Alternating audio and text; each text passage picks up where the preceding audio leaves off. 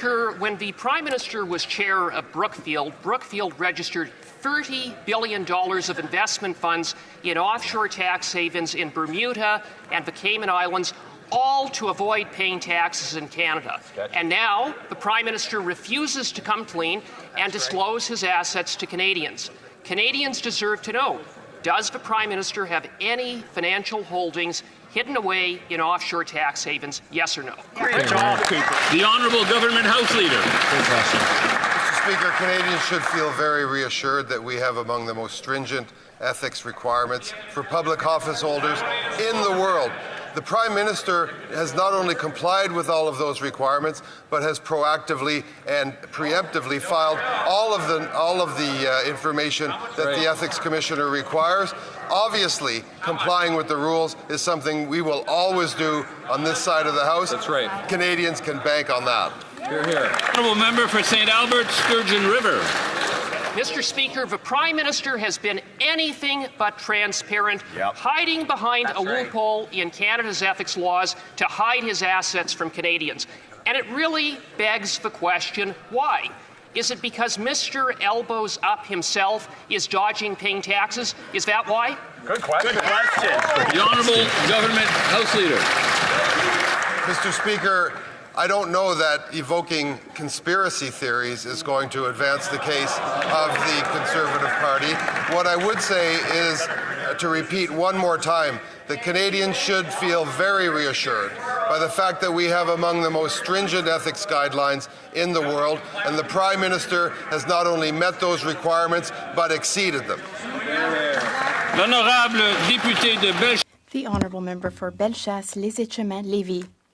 Mr. Speaker, recently in Lévis, nearly 10,000 people sought food assistance, which is twice as many as in 2021.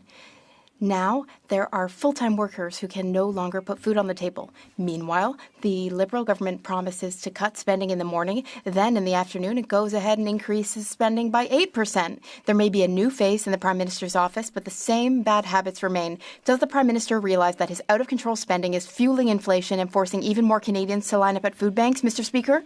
The Honourable Minister of Finance and National Revenue.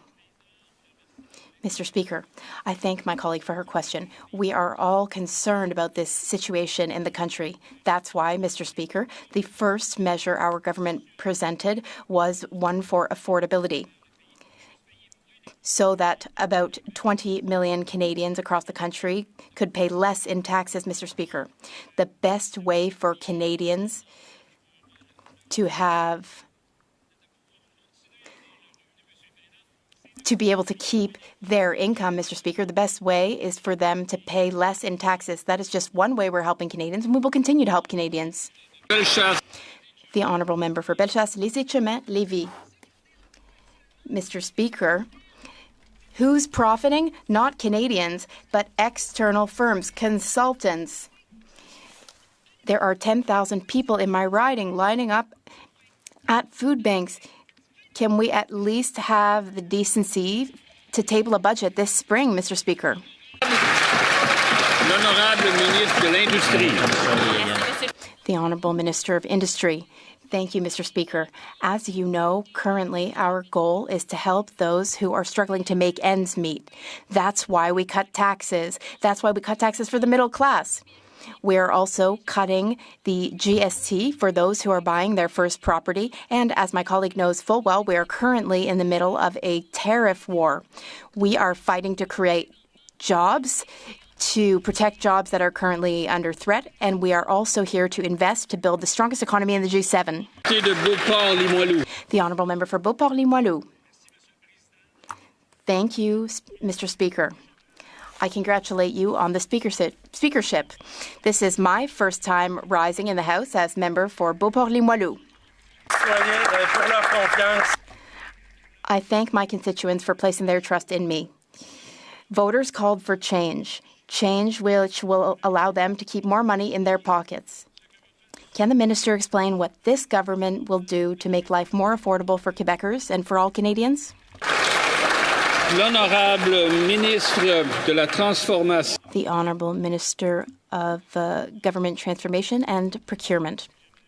Thank you, Mr. Speaker. I thank The people of Louis Hébert thank them for voting for me. I also thank the people of Beauport-Limoilou for giving us a third Liberal voice in the Quebec area. This will make us even better at defending their interests. We've already taken action with a tax cut for 22 million Canadians, a savings of up to $840 for a family of 4. We are delivering. We're taking action to have a stronger economy and country. Nicolas. Mr. Speaker, this government is not serious when it comes to public safety. We recently learned that terrorist-related charges were up 488%. Wow. If you thought that this statistics and the problem that goes with it would be reported in the speech from the throne, you'd be wrong.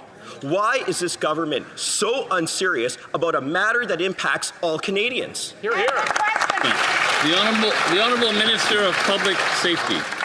Thank you, Mr. Speaker. And it's pretty obvious that my friend opposite didn't hear the speech from the throne because we have some very significant measures to address issues of security.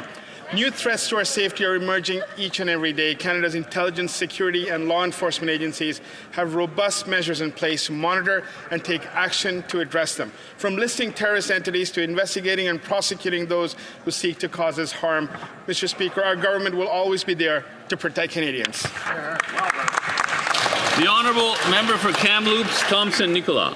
This government will always be there to protect Canadians. Mr. Speaker, let's move to Exhibit 2. The case of Randall Hopley. This person kidnapped a 3-year-old child. He served a lengthy jail sentence. He was released into the community in 2023. Shortly thereafter, he was at large for 10 days with his photo being plastered everywhere. He was released again this week, and he didn't even last a day in the community. If this government is so committed to going after sex offenders, to protecting Canadians, will they repeal this? The Honourable Minister of Public Safety. Mr. Speaker, when we speak about crime and safety and security, it's important that we have the facts right. The case in question is a matter that was a matter of a statutory release, which is in law. And I invite my friend again to ensure that. It is statutory. Hear the Honourable Member. I can't hear the Honourable Member. Could he repeat that? Mr. Speaker, we cannot conflate issues of statutory release to bail.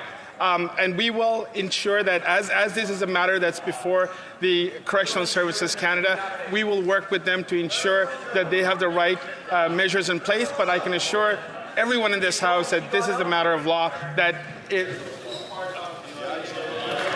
The Honourable Member for Hamilton East, Stony Creek. Mr. Speaker, I have news from my riding of Hamilton East, Stony Creek. Yesterday, a Hamilton City bus was caught in the crossfire of a shooting. This comes just weeks after an innocent young lady tragically lost her life by a stray bullet on Upper James simply by waiting for the bus. Crime is out of control, and this status quo is unacceptable. When will the Prime Minister repeal Liberal C5 and Bill C75 so we can bring back safety to the streets of Hamilton and Canada? The Honourable Secretary of State for Combating Crime. Thank you, Mr. Speaker. First of all, I want to sympathize with the family of the innocent bystander. Her family lives in my riding, and I've met with them. This issue is close to home for me and is one I'm committed to in my position. I know the Prime Minister is committed to it. We are going to make changes. This new government is committed to making sure that we hold criminals accountable and we make our streets safer. And we're going to do the work that's necessary, making stricter bail penalties, stricter sentences, and all the work that we need to do across.